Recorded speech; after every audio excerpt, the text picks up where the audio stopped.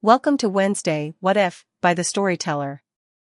What if Wednesday Addams was a witch, just like her ancestor Goody Addams? What if Wednesday was called upon by Goody when her powers started manifesting a year earlier than in the original timeline, and she met Tyler before Miss Thornhill, a.k.a. Laura Gates? Like, comment, and subscribe to be updated. Chapter 8, The Addams Family. Tyler had just changed into the semiformal suit Mrs. Addams had insisted he wear for dinner, a little uncomfortable with the whole idea of dressing up, but trying to keep an open mind.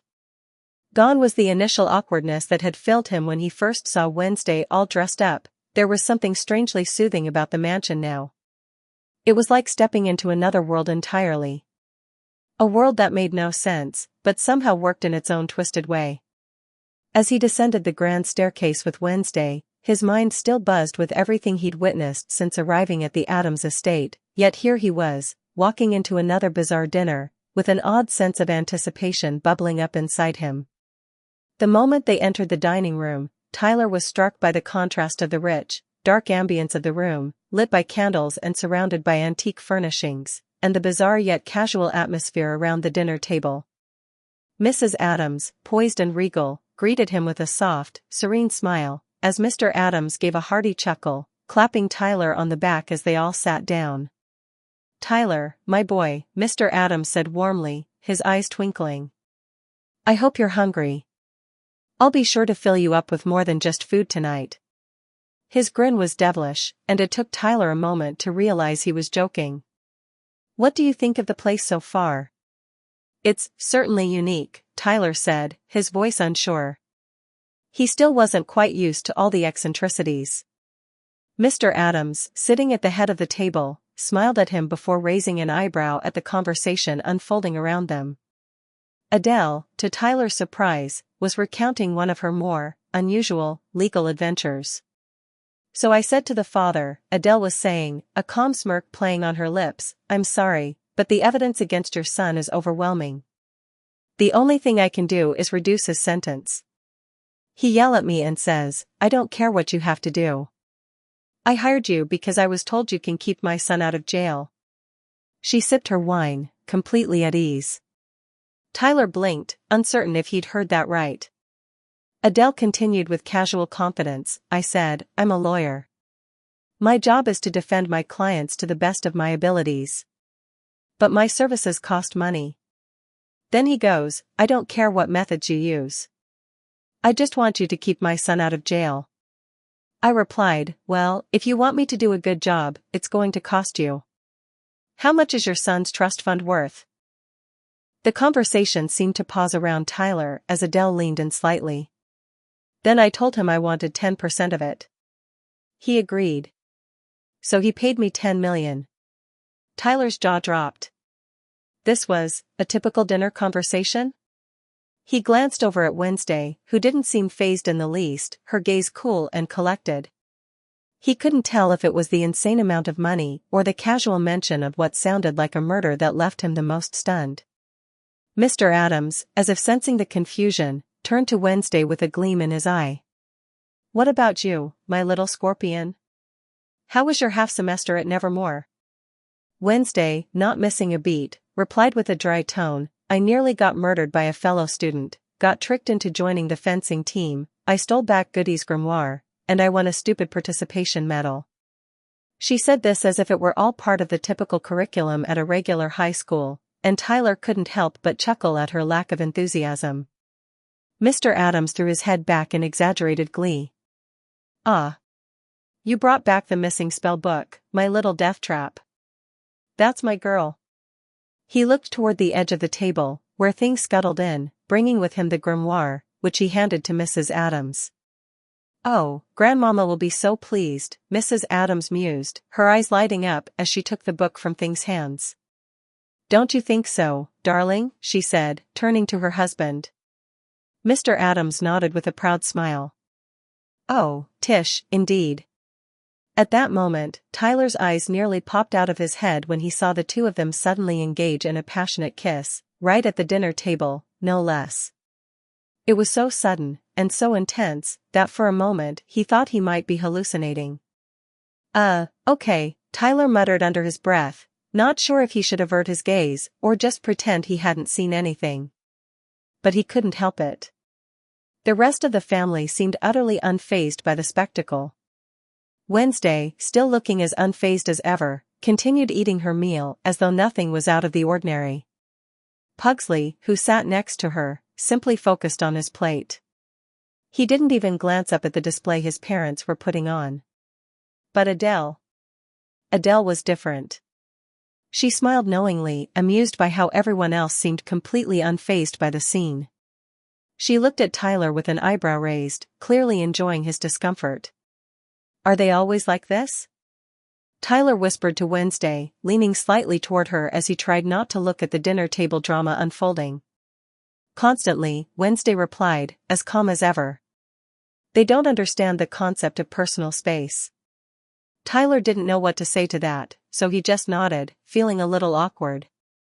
It was becoming increasingly clear that the Addams family did not operate by any kind of standard social norms. And yet, in a strange way, it was oddly comforting. "So," Adele interjected, her voice full of mischief as she watched Tyler's reaction, "how do you like it here, Tyler? It's a lot to take in, isn't it?" "Yeah, it's something," he replied, his voice tinged with awe and a bit of confusion. Mrs. Addams looked over at him, her gaze soft yet penetrating. "Don't worry, dear. You'll get used to it. This is just how we do things around here. It's our way, and if you're to be a part of this world, you'll learn to embrace it." And with that, Tyler had no choice but to smile, albeit nervously. Dinner continued, as strange and surreal as the mansion itself. Tyler's perspective. After dinner, the strange, haunting atmosphere of the Addams family continued to linger in the air. I followed them to a room called the drawing room, but when I walked in, it felt less like a drawing room and more like something straight out of an old, dark fairy tale. The giant fireplace crackled softly as Lurch, the silent butler, played a haunting melody on the piano. His fingers moved with surprising grace, producing a sound that felt almost eerie in the silence. Adele stood nearby, violin in hand, contributing to the haunting symphony. I couldn't help but marvel at the way they all seemed so in sync with each other. There was something about it that was almost hypnotic. Then, there was Mr. and Mrs. Addams, Gomez and Morticia, who were lost in their own world. The two of them danced together, their movements almost inhuman in how fluid they were. Their eyes never left each other, and there was a sort of magnetic pull between them that made it hard to look away. It was like they were part of a ritual that had been practiced for centuries. I felt like an outsider in their strange little family, despite being invited in. "Wednesday, where are you going?" Mrs. Addams asked as Wednesday stood up from the table. "I'm going to my room to get some writing done," Wednesday replied with her usual cold, expressionless voice. I nodded awkwardly as Wednesday left the room, and it was just me and Pugsley left standing there. "You want to see the old playroom?" Pugsley asked, his eyes lighting up with excitement. Sure," I said, genuinely curious. I had no idea what kind of childhood Wednesday had had, but after everything I'd seen so far, I was both intrigued and a little scared. Pugsley led me upstairs, to a room at the end of the hall. When he opened the door, I was taken aback. What I thought was a playroom was more like a twisted mockery of one. There was a large electric chair in the corner, rusted and old, and a guillotine that seemed to have been used at least a few times. The shelves were filled with dolls, only these dolls were headless.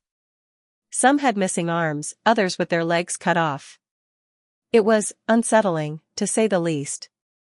Definitely not the kind of room I imagined any normal kid would play in. Pugsley, not at all bothered by the macabre decor, grinned up at me. "You want to play escape? I can tie you up with rope, zip ties, or handcuffs. Your pick." I stared at him, unsure of whether he was joking or serious. But I didn't want to be rude, so I just shrugged. "Sure, why not?" Pugsley wasted no time, pulling out a coil of rope from a chest nearby. "Okay, I'll tie you up, and you have to escape. Ready?" I nodded hesitantly, and before I knew it, my hands were tied behind my back.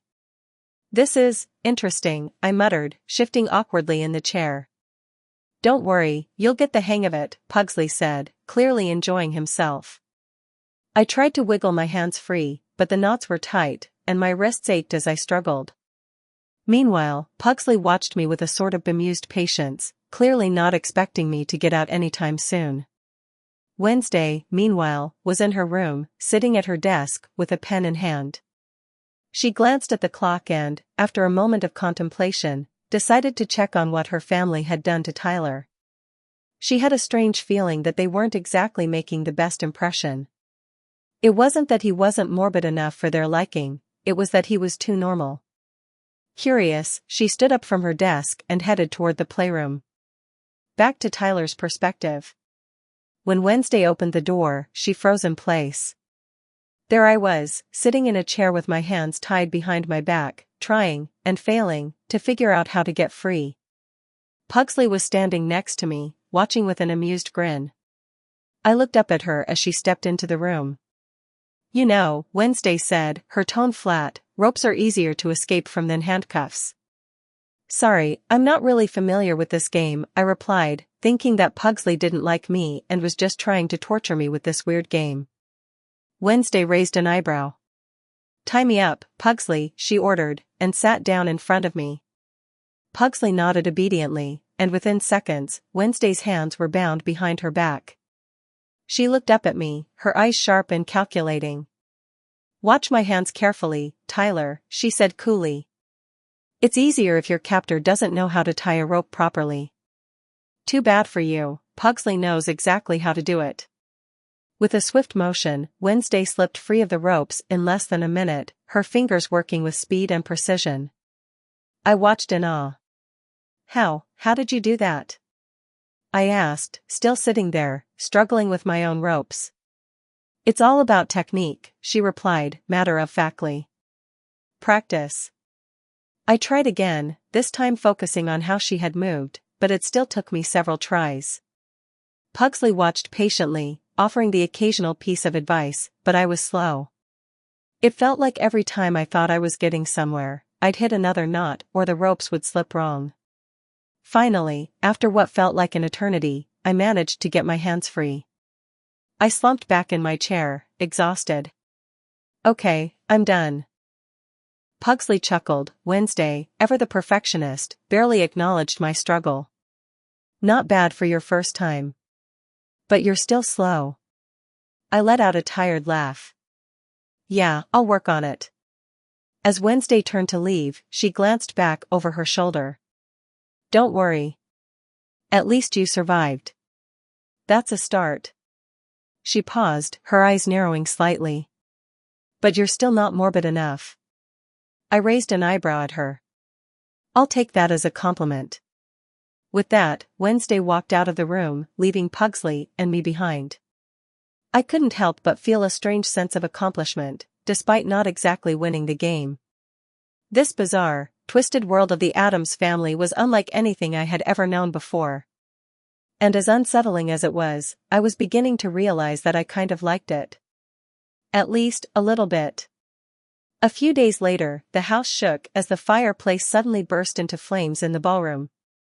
An old lady, beautiful woman, stepped out of the flames. She looked like she came from another era. She looked like Lady Tremaine from 2015 Cinderella, wearing an all-black dress with black hat, her gray hair neatly bundled. Thing ran to the ballroom, she took off her hat and handed it to Thing. She guided gracefully to the greenhouse where Tyler's perspective. I was kneeling beside Wednesday's mom, Mrs. Addams, working in the greenhouse, my hands coated with the rich soil of the garden. The air was thick with the scent of damp earth, mixed with the unique fragrance of the exotic, poisonous plants that surrounded us. There were huge carnivorous flowers, with petals like giant jaws, waiting for an unfortunate fly to drift too close.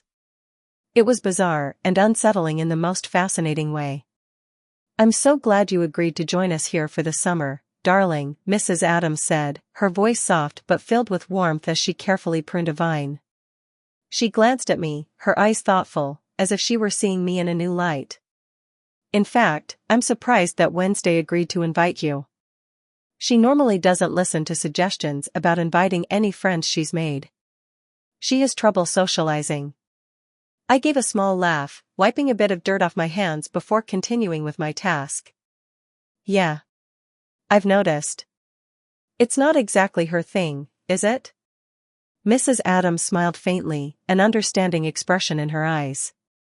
Do be patient with her, darling, she said, her tone soft but firm, like she was offering me a little piece of wisdom. She's really sensitive to changes. My little raven has been to 8 different schools in 4 years. Wednesday doesn't express herself the way normal people do, but the fact that she let you come here proves how much she likes you. That was an odd thing to hear, Wednesday liking me. But then again, I was starting to realize that I didn't really understand what liking meant in this family. They didn't show affection in the conventional way. There were no hugs, no loud proclamations of love. But there was something else, something subtler, and maybe even more real. I nodded, glancing at the rows of carnivorous plants around us. That's good to know. Mrs. Addams didn't rush to explain further, but I could tell there was so much more she wanted to say.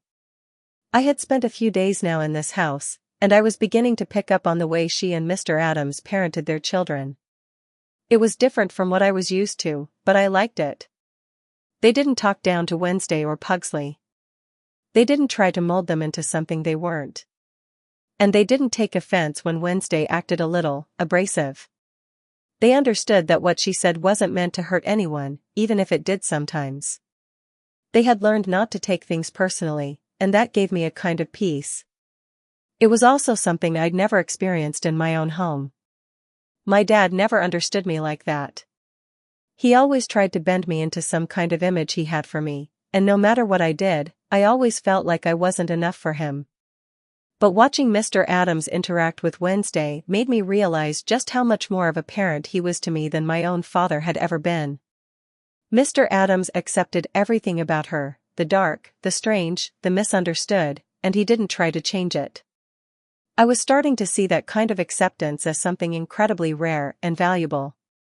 I thought about my dad, about how distant he was. I could still remember how he used to look at me, disappointed, like I had done something wrong, just by existing.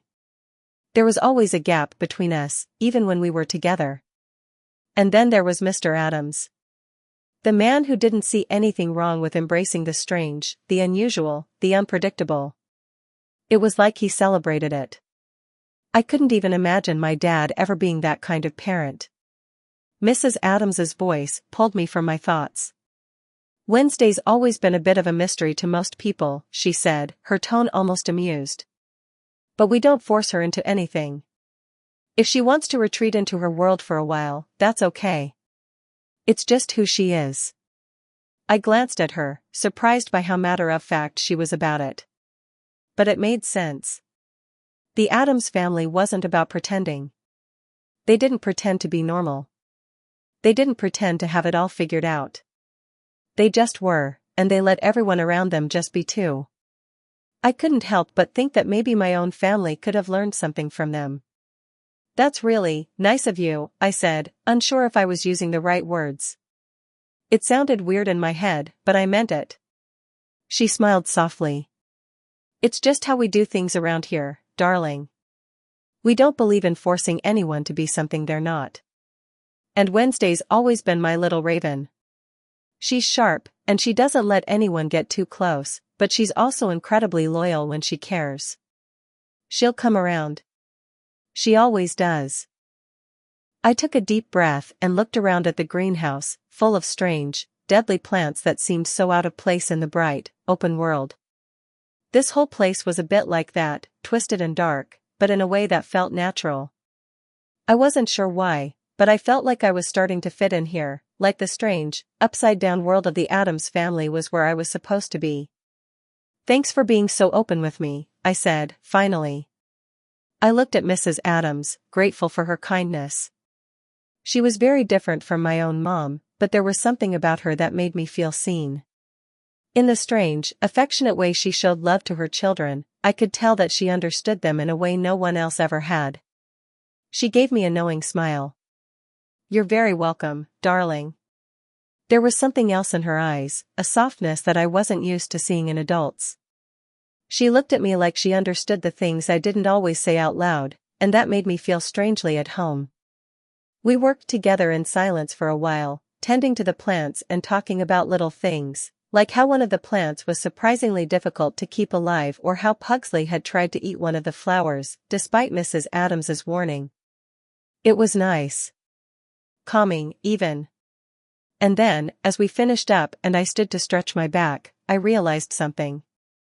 Despite all the weirdness, all the darkness, this family, the Addams family, was beginning to feel like the kind of family I never had. They understood each other in ways that I could barely comprehend, but that I was starting to see the value in. I knew now that they didn't just accept each other, they celebrated the strange.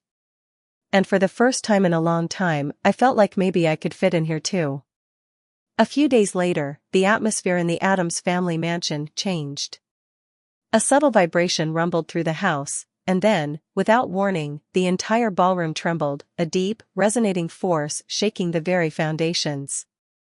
The grand fireplace, which had been merely a passive fixture before, suddenly burst into flames, an inferno blazing in an instant.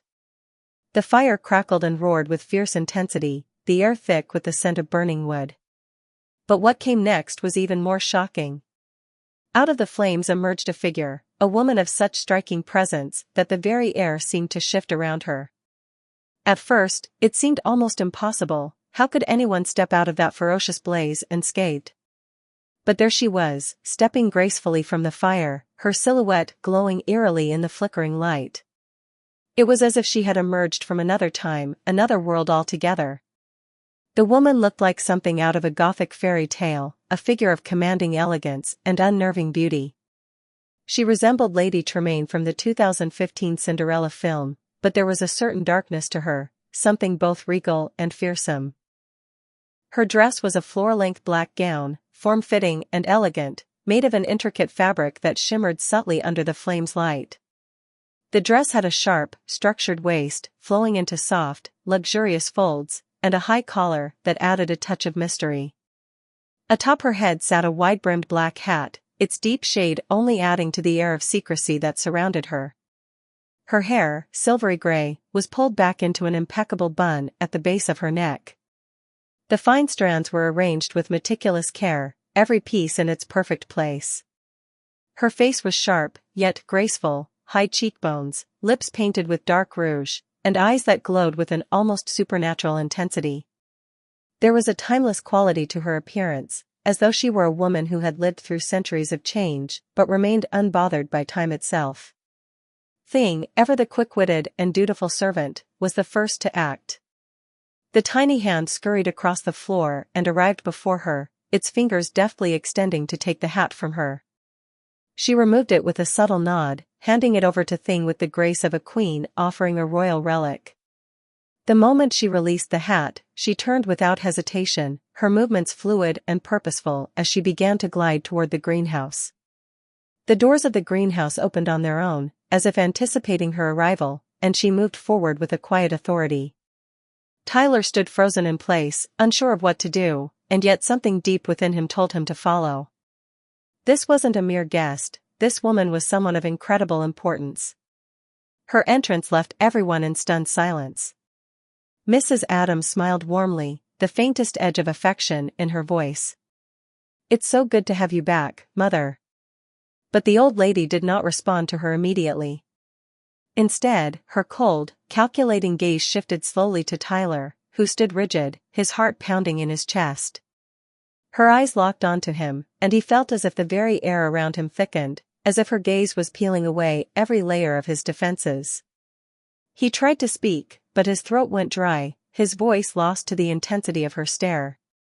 She didn't speak at first, but when she did, her voice cut through the silence with the precision of a blade. "Este chico no ha despertado," she said, her tone low, measured, almost distant. "This boy has yet to awaken." Her gaze never left him, and with a slow, deliberate motion, she raised a finger and pointed at the necklace Tyler was wearing, the obsidian and mahogany pendant Wednesday had given him. He instinctively reached for it, his fingers brushing over the cool stone, feeling a sudden shiver of uncertainty. Obsidiana y caoba, she muttered, her lips curling around the words as she spoke the names of the materials. Obsidian and mahogany. Then, her tone grew darker, almost ominous, and Tyler felt a weight settle over him that made his heart race. Miracles esta doblada al infierno en protegerut, she continued, her voice almost a whisper, yet it resonated deep within him. Wednesday is hell-bent in protecting you. Tyler blinked, the words swirling in his mind, but their meaning was unclear. He tried to process what she was saying, but it was as though her voice carried a strange power that he couldn't fully understand. She stepped forward, and the air seemed to tighten around him. Haber acado un recuerdo en este collar, she said cryptically, her eyes narrowing as she assessed him. She has placed a reminder in this necklace. Tyler felt a sudden rush of awareness, but it was as if he were on the edge of a memory he couldn't quite reach, something important buried just beneath the surface. You'll do well to remember what she has done to protect you, the woman added, her voice steady and insistent. Then, she spoke again, this time in a language that was unfamiliar to him, ancient-sounding and dripping with power. Yuri manum tanget six, she uttered, the words rolling off her tongue like a dark incantation. Burn the hand that touches by force. The words hit him like a jolt of electricity. They were incomprehensible, but they felt profound, as if they carried a warning, or a truth that he wasn't ready to fully understand. Tyler stood frozen, his mind spinning. He stared at the necklace in his hand, unsure of what had just been said or what it meant. The weight of the moment, of the woman's presence, of her words, made everything feel more complicated than it had ever been before. And yet, even in the confusion, Tyler couldn't shake the feeling that this woman, this mysterious, powerful figure, knew something he didn't. She knew something about him, about Wednesday, and about the strange world he had found himself in. With that final, unsettling remark, she turned without another word, her movements as graceful and commanding as ever, and began walking toward the greenhouse once again. The doors, having opened to let her in, now closed behind her with a slow, deliberate thud. Mrs. Addams glanced at Tyler, her expression unreadable. She didn't need to say anything, the silence in the air spoke volumes. Tyler stood for a moment longer, his thoughts swirling as he tried to process everything that had just transpired. There was so much more to learn, so much more to uncover. And Tyler had the strange feeling that he was only just beginning to understand the true depth of the Addams family's secrets. Like, comment, and subscribe to be notified for updates on this series.